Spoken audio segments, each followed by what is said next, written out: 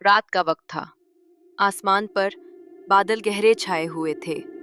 दूर कहीं कुत्ते भौंक रहे थे और हवा के झोंके में बरगद के पेड़ खौफनाक साए बना रहे थे। इसी रात गांव के चंद नौजवान जिद करके पुरानी हवेली के पास जा पहुंचे। ये हवेली बरसों से वीरान थी।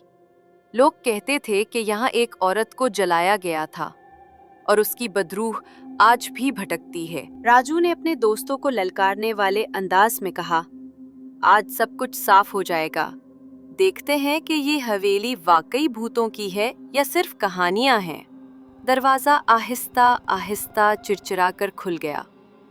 अंदर घप अंधेरा था।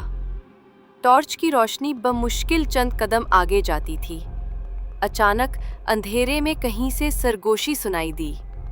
यहाँ क्यों आए हो? वापस चले जाओ। राजू घबरा गया। कौन है? सामने आओ। मगर जवाब सिर्फ खाली राहदारियों की गूंज थी। फिर अचानक दीवार पर लगी एक पुरानी तस्वीर हिलने लगी।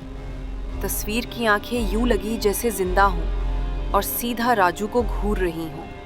राजू के कदम बेख्तियार पीछे हटने लगे। उसका जिस्म पसीने से भीग गया और खौफ उसकी आंखों में साफ नजर आने लगा। अचानक तेज हुआ का झोंका आया और राजू के हाथ की टॉर्च बुझ गई।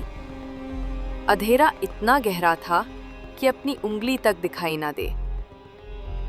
पीछे से फिर वही सरगोशी सुनाई दी, तुम्हें खबरदार किया था, अब वापसी का रास्ता नहीं। राजू ने कांपते लबों से कहा, कौन? कौन हो तुम? कोई जवाब ना आया। बस राहदारी के आखिर में हल्की सी चाप सुनाई दी। राजू ने हिम्मत करके दोबारा टॉर्च जलाई। सामने एक पुरानी झूलती कुर्सी आहिस्ता आहिस्ता खुद ही हिल रही थी, जैसे कोई उस पर अभी अभी बैठा हो। ये सब क्या है? राजू के कदम लड़खड़ाए। वो पीछे की तरफ गिरा और उसके हाथ से टॉर्च छूट गई। अब अंधेरा, खौफ और सन्नाटा सिर्फ राजू के साथ रह गए थे। राजू जमीन पर गिरा हुआ था। दिल इतनी तेजी से धड़क रहा था कि जैसे सीना फाड़ देगा। अचानक कमरे के कोने में एक चिराग जल उठा। उसकी पीली रोशनी में एक धुंधला सा साया उभरने लगा। साया आहिस्ता आहिस्ता बोला, ये हवेली छोड़ दो, वरना तुम भी इन दीवारों का हिस्सा बन जाओगे। नहीं नहीं, मुझे जाने दो, अब वापसी आसान नहीं। राजू चीखने लगा, लेकिन आवाज उसके गले में अटक गई। कमरे की दीवारें जैसे सुकड़ने लगीं। छत से पुराने झाड़ फानूस के टुकड़े गिरने लगे। हर तरफ गिर्द और अंधेरा फैल गया। जब सब थमा तो हवेली फिर सुनसान हो चुकी थी।